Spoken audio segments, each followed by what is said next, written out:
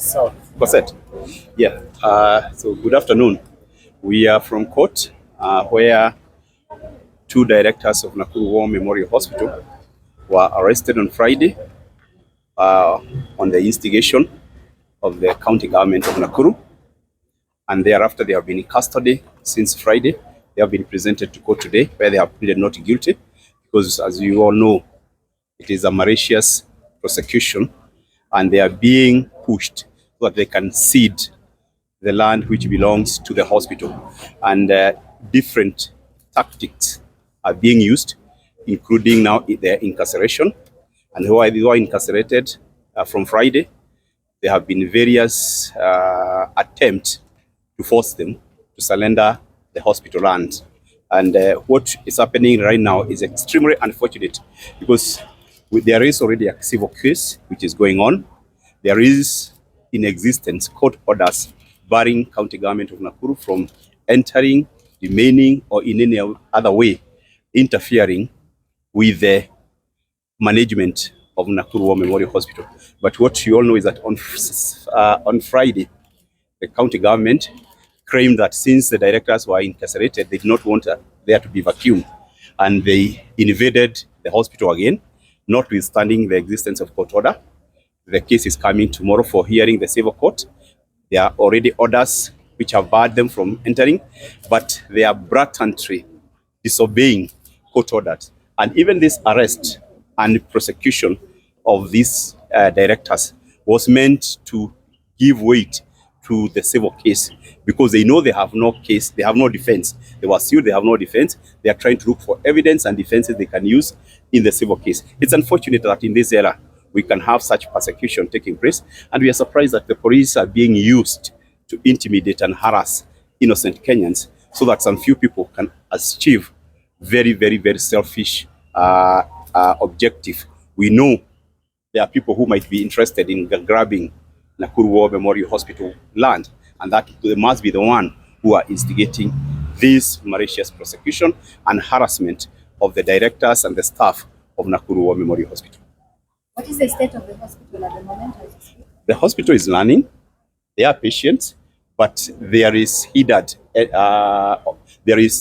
county has put some guards or askaris at the gate who are harassing patients who may want to go and get treatment. In fact, they are chasing them away. It's extremely uncouth for the government to do that, they have placed the council askaris at the gate 24/7 from Saturday, so that anybody going there must disclose what he is going to do. So if you say you are going to seek treatment, you are told they are not treating, so you are turned back.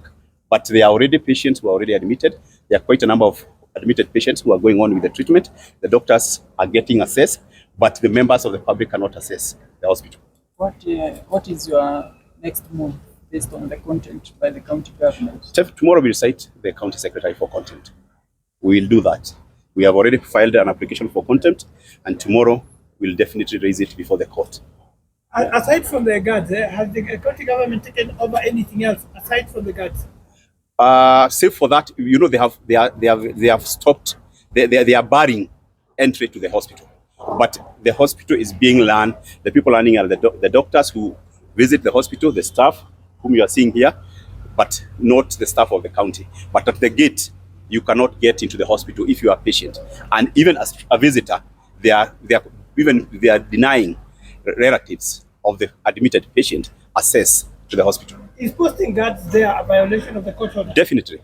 That is a court order, because the court order that is interfering. The injunction stops them from entering, remaining, or in any manner whatsoever interfering with the running of the hospital. Therefore, placing the guards there is utter contempt. That is interfering with the hospital.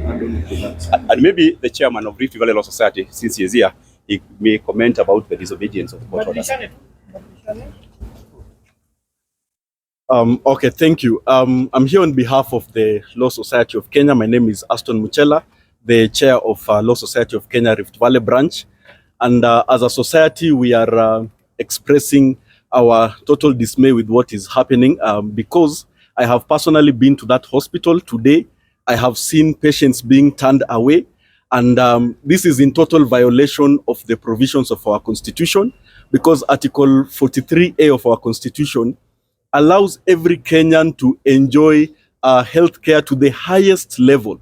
So it matters not the kind of disputes that are in court. It matters not the wrangles of ownership that could be there, but a Kenyan should not be denied access to any health facility because parties are wrangling in hospital.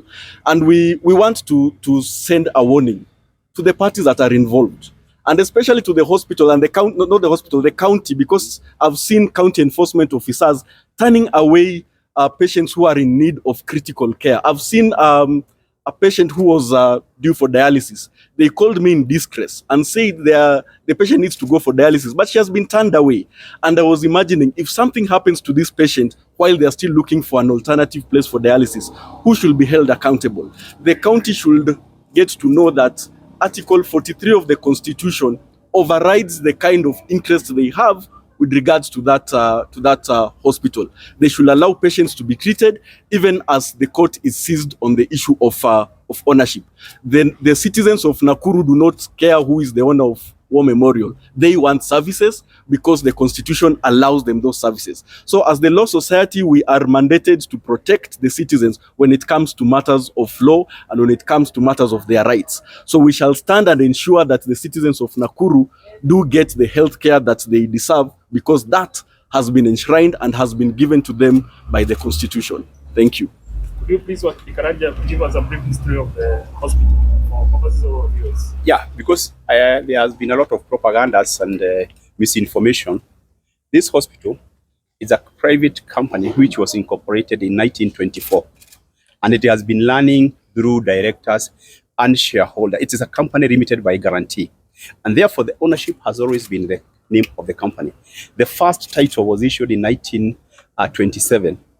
And it was in the name of Nakuru War Hospital. The company was incorporated in 1924, and it has always been like that.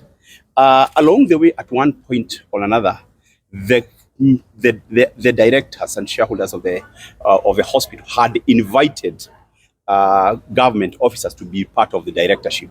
That was an invitation by the hospital. It was the hospital to decide who are the directors. The fact that you are a director does not make you an owner. At one point, the provincial medical officer used to sit. Of course, after devolution, that seat was no longer there. And the hospital decided that the directors will be as per the decision of the hospital, and those decisions are usually made every year during the AGM of the hospital. When the hospital does its annual general meeting, it either appoint new directors or reappoint the old directors, and that is exactly what is happening. So all these are the rumors that at one time it was owned by the government. It has never. In fact, we are in court and we have told them to bring the slightest evidence of ownership by the government. They have none.